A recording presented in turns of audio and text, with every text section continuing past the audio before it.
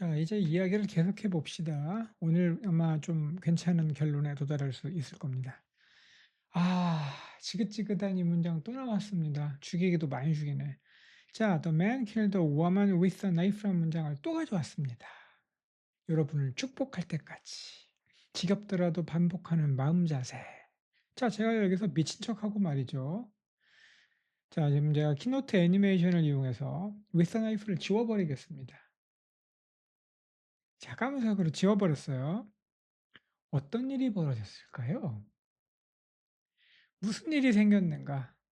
자, 어떤 일이 생겼는가 한번 보죠. Oh, nothing. 아무 일도 아니래요.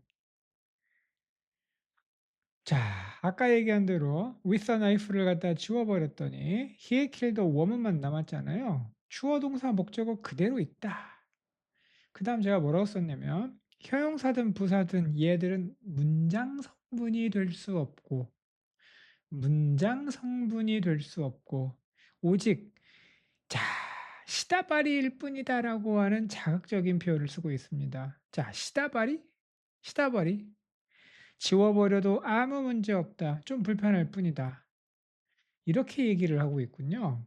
자, 그러면 여기서 두 가지의 핵심적인 개념이 나오는 바 히어로와 빌런 두 개죠. 하나는 문장 성분이고 또 하나는 시다바리예요. 그 반대편에 있는 거죠. 그걸 한번 보자고요. 시다바리를 제대로 알기 위해서는 말이죠. 이 시다바리는 지워버려도 아무 문제가 없잖아요. 그럼 지워버릴 수가 없는 거가 되겠죠. 그 시다바리를 제대로 알기 위해서는 네, 뭔가 조금 연구를 좀 해봐야겠습니다. 여러분에게 이제 시다바리라고 하는 단어의 지금 어원도 좀 챙길 겸 해가지고 그 국어사전에서 있잖아요. 요거를 갖다 받아왔어요. 일본어 시타바 거기다가 시타가 아래 하자거든요. 자, 그다음에 리를 붙여서 일하는 사람의 곁에서 그 일을 거들어 주는 사람을 속되게 이르는 말. 지금 제가 지금 되게 속되게 이르고 있습니다. 자, 그래서 시다바리는 그냥 거들어 주는 사람을 얘기하는 거다 보니까요. 메인이 아니죠. 그쵸? 삼겹살집에 갔더니 상추가 나오는데 상추만 먹고 갈 것이냐? 아니면 삼겹살만 먹고 갈 것이냐. 이 두 가지를 생각해 보시면 확실하게 알 수 있는 거죠. 지워버려도 아무 문제 없다 이거예요. 자, 이게 포인트입니다. 지워버려도 아무 문제가 없다. 자, 그러면 문장 성분이 무엇인지를 좀 먼저 알아야겠어요. 이때 여러분들이 이 단어를 좀 모호하게 이해하는 경우가 되게 많아요. 문장 성분인가 보다. 그래, 문장의 성분이겠지? 영양 성분인가 보다. 영양 성분이겠지. 그죠? 그게 아니란 말입니다. 필수 구성 요소라고 하는 뜻이에요. 그러니까 사실은 문장 필수 성분이라고 아마 이름을 지었더라면 여러분이 좀 더 쉽게 이해했을지도 몰라요. 요 단어를. 자, 필수 아미노산. 느낌이 막 오잖아요. 없으면 죽을 것 같은 느낌 들고 말이죠. 자, 그럼 어떤 거냐면 없으면 문장이 아닌 것이에요. 어떻게 보면 어떤 개념이 서 있기 위한 기둥을 얘기하는 것이죠. pillar. 그러니까 문장이라고 하는 어떤 건물이 있다 그러면 그걸 받치고 있는 기둥, 대들보 요거를 문장 성분이라고 하는 거예요. 문장을 구성하고 있는 것이죠. 이렇게 얘기해도 별로 이렇게 좀 여러분에게 이렇게 와닿지가 않는 것 같아서 제가 이렇게 비유를 한번 해보겠습니다. 자, 이게 뭐냐면 곤충 한 마리를 가져왔어요. 자, 정상적인 초등학교 교육을 이수한 사람이라면 모두 알고 있어요. 얘가 뭔가로 나누어진다는 것을. 자, 그래서 곤충은 머리, 가슴, 배 세 개로 나누어집니다. 맞죠? 벌레처럼 생겼는데 왜 거미는 곤충으로 분류가 되지 않느냐? 요 분류에 들어오지 않기 때문에 그렇습니다. 머리, 가슴, 배가 없고 가슴이 없고 머리, 배 비슷한 것만 있고 다리가 많잖아요. 그래가지고 그거를 절지동물이라고 한다 이 말이에요.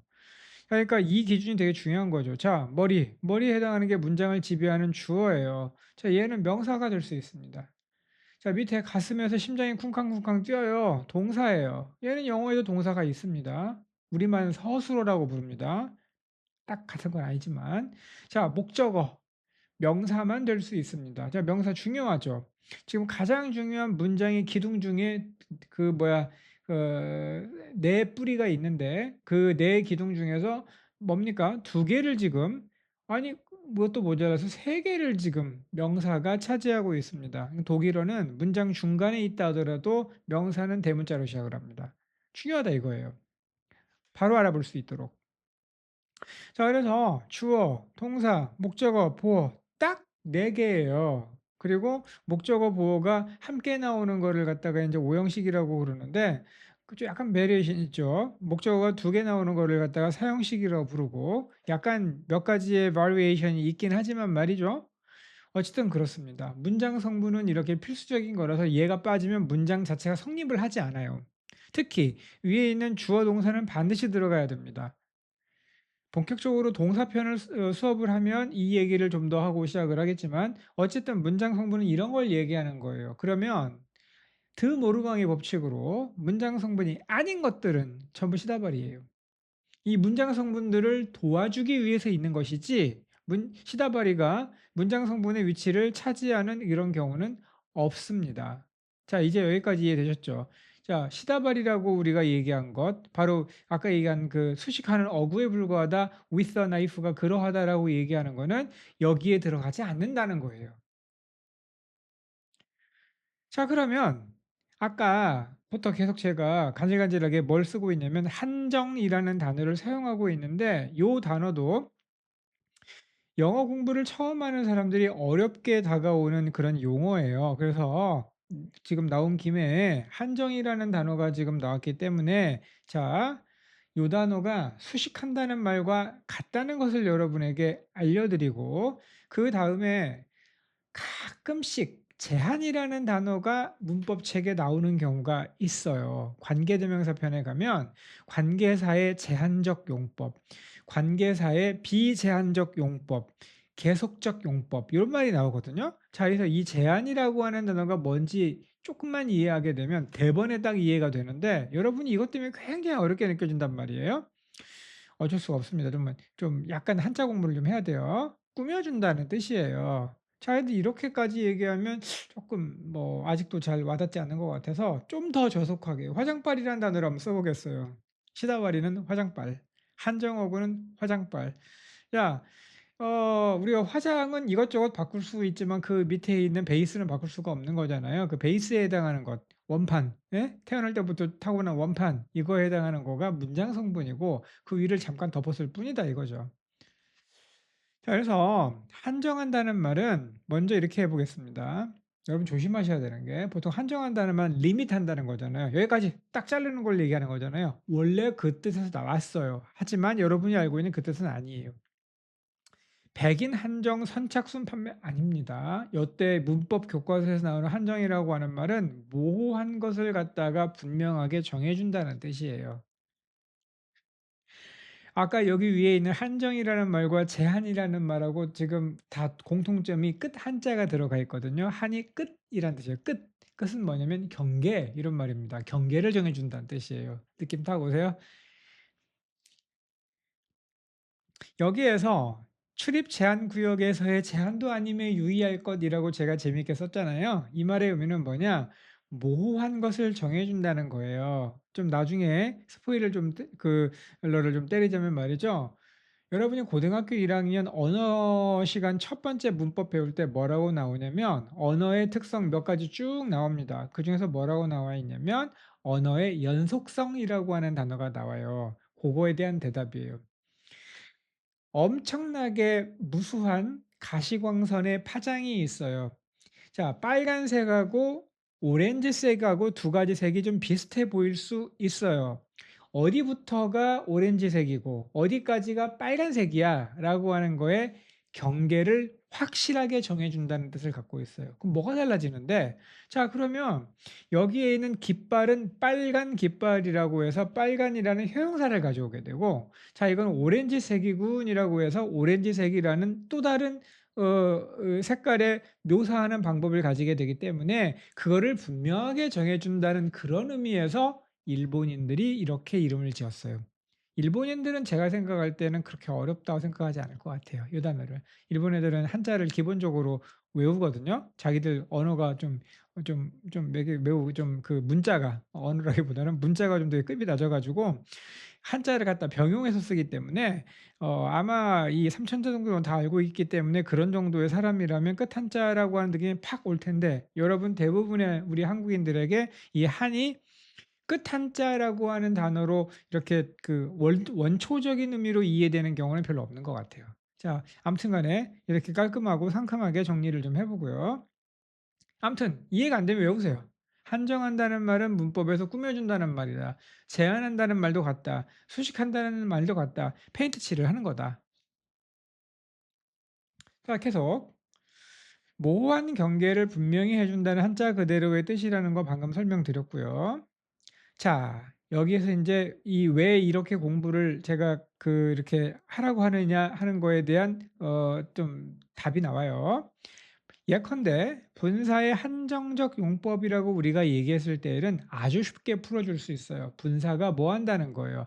한정한다는 뜻이죠. 분사가 꾸며주는 용법 이 말이에요. 적이라는 말은 형용사 전미사로 사용되니까 자 한정적 이런 말은 꾸며주는 용법 이게 되는 거죠. 그럼 머리가 좀 돌아간 사람은 그렇다면 한정적 용법이라고 이름을 지었다면 한정하지 않는 경우도 있겠네? 빙고. 그렇습니다. 여러분이 그래서 분사를 어려워하는 거예요. 꾸며줄 때도 있는데 쉼표만 찍었다 하면 그 속박에서 벗어납니다. 분사 구문이라고 합니다. 나중에 좀 더 깊이 파도록 하죠. 용어의 모든 뜻이 다 들어있다. 자, 다시. 나중에 어원 피니스가 나올 때 이걸 더 깊이 풀어서 설명을 해드리겠습니다. 예를 들어 아까 끝을 정해준다고 아까 얘기했잖아요. 그거를 뭐라고 하냐면 define 한다고 해요. 끝을 딱 정해주죠. definition, 정의가 여기서 나왔습니다. 자, 빨간색의 정의, 오렌지색의 정의, 경계를 긋는 것 이런 의미를 갖고 있어요. 자, 그래서 이런 의미에서 시다발이라는 다소 자극적인 표현을 쓰게 되면 양해하세요라고 얘기했습니다. 양해하셨죠? 넘어갑니다. 지워버려도 아무 문제 없습니다. 한정어구는 왜 지워버리라고 하느냐? 문장 성분을 부각시키기 위해서예요. 여러분이 한정어구에 막 농락을 당하게 되면 뭐가 좀 더 중요하고 뭐가 좀 덜 중요한지에 대한 이 개념이 모호해지고 이게 이 말 같고 저게 저 말 같고 이렇거든요. 그래서 다 잘라줘야 돼요. 왜냐하면 영어는 이따가 말하겠지만은 우리나라 말처럼 쉽게 분절되지가 않아요. 그래서 여러 가지 테크닉이 필요합니다. 자, 다시 강조합니다. 지워버려도 아무 문제가 없다는 말을 지금 세 번째 지금 애니메이션을 제가 박았습니다. 네, 왜? 이거를 다른 사람들은 모를 거니까 여러분들은 보석처럼 가지고 다니면서 이제 독해 실력을 마음껏 뽐내면 됩니다. 아마 유용할 겁니다.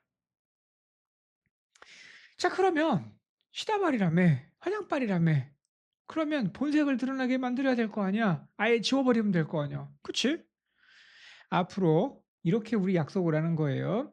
전치사 명사가 보이면 그 괄호로 영역을 표시하고 난 다음에 지워버리면 그만인 거예요. 아까 with a knife를 지워버렸던 말이죠. 지워버리세요. 지우는 거 어렵지 않잖아요. 만드는 게 어렵지? 자, 앞으로 이 기호를 사용할 겁니다. 전치사구를 이렇게 표현할 거예요. 그리고 난 다음에 지워버리는 건 이렇게 표시할 거예요. 이해하셨죠? 그럼 어떻게 되겠어요? 독해가 짧아지죠. 긴 문장이 짧아지니까 독해도 짧아지는 거죠. 시간 절약이 됩니다. 자, 여러분에게 축복이 왔습니다. 전치사구를 제대로 이해하고 있는 사람에게 독해는 축복입니다. 잡것들을 치우면, 자, 듣보잡들을 치우면 문장 성분이 안개를 뚫고서 싹 하고 올라온다 이거예요. 그 맛을 한번 지금 보러 가시죠. 자, 아까 방금 얘기했듯이 먼저 전치사의 영역을 가로로 표시하라. 저는 여러분에게 좀 시각적으로 도드라지기 위해서 저런 표시를 했는데 여러분은 독해를 하면서는요. 그냥 요렇게 끄트기처럼 탁탁탁 이렇게 그어버리시면 돼요. 자, 예문을 한번 보면서 우리가 입과심을 하도록 하죠. Through all the difficulties, you stood by me at all costs라고 하는 문장이 있습니다. 자, 해석하지 마세요. 모든 문법적 분석은 뭐라고 그랬죠? 형식적 분석이라고 그랬죠. 해석하지 마. 전치사만 찾아. 자, 맨 처음 뭐 나와요? 뭔지는 모르겠지만 수루가 아무튼 됐어요. 그리고 쉼표가 쉬라는 거니까 여기서부터 끊어. you 모르는 사람 없죠. stood 모르는 사람 없죠. 자, by me 전치사잖아요. at all costs. 아무튼 뭐 전치사구처럼 생겼잖아요. 그죠? 그러면 이걸로 다 된 거예요. I thank you for your kindness and generosity with all my heart 나와 있습니다. 자, 해석하지 마. 해석하지 말고요. 자, for 전치사야. 어디까지 그어야 돼요? 자, 뒤에 with가 있으니까 with 앞에까지는 가야겠지. 자, with가 전치사니까 또 여기까지 가겠지. 해석하지 마. 그 마음속으로 이게 형용사구일까 부사구일까 한번 생각해 볼 수 있는 거지. 그래서 자, 이제 through all the difficulties는 뭐예요? 앞에 꾸며줄 명사가 없으므로 무조건 부사구라고 그랬죠. 모든 어려움을 뚫고서 through 관통이니까 by me 내 옆에 at all cost는 어떤 비용으로도 어떤 비용을 지불하고서라도 어떤 대가를 치르고라도 이런 말이에요. 어떤 대가를 치르고 있는 나 옆에 이거 아니죠. 그쵸? 그러니까 이거는 부사구겠죠. by me도 앞에 동사가 있으니까 부사구겠죠. 부사구 세 개네. 하나, 둘, 셋. 맞죠? 다음. 자, for your kindness and generosity가 나와 있습니다. 앞에 뭐 있어요? 너의 친절함과 관대함을 위한 너를 감사. 이거 말이 안 되잖아요? 그러니까 you를 꾸며주진 않는 거야. 얘 부사구 같네. With all my heart. 내 전심으로. 그쵸? 내 전심으로 너에게 감사해가 맞는 거겠지. 그치? thank를 꾸며주겠지. 그러니까 부사구겠지. 자, 그 다음. 치워. 어떻게? 여기 나와 있는 문장 여기 나와 있는 문장 지우고 지우고 지우고 또 지우고 또 지우고 없어. 그럼 나머지를 보면 될 거 아니에요? 그럼 그다음에 와가지고 나머지 문장 성분을 보고 문장 구조가 뭔가 하고 한번 생각을 해봅니다. 자, 얘는요, 얘는요, 다 지워서 없애고 주어하고 동사만 남네. 여러분 이게 일형식이에요. 거꾸로 공부를 하니까 이해가 안 되는 거야. 다 지워버리고 남았더니 주어 동사만 남았더라. 그래서 일본 애들이 뭐라고 하냐면 그걸 일형식이라고 부른 거예요. 의미를 생각하지 말라고요. 주어가 동사, 뭐 완전 자동사가 있어. 하지 말라고요. 그냥 주어 동사만 남아 있어요. 그게 일형식이에요. 얘 지워. 얘 지워. I, 주어. thank. 동사 아니야? you, 목적어. 그쵸? 그럼 이거를 일본 애들이 삼형식이라고 이름을 갖다가 짓고서 외우게 하게 한 거예요, 여러분. 물론 일본 애들이 뭐 독자적인 아이디어로 만든 건 아니지만 말이죠. 이게 바로 전치사구를 독해의 꿀팁으로 사용하는 방법이에요. 무슨 말인지 아시겠죠? 전치사는 우리에게 어떤 존재냐면 굉장히 감사한 존재인 거예요. 긴 문장들을 방금 본 것처럼 다 잘라내버리고 없애버리고 난 다음에 문장 성분만 남겨놓게 만들어주는 고마운 존재예요. 아주 핵심적이라고 생각합니다.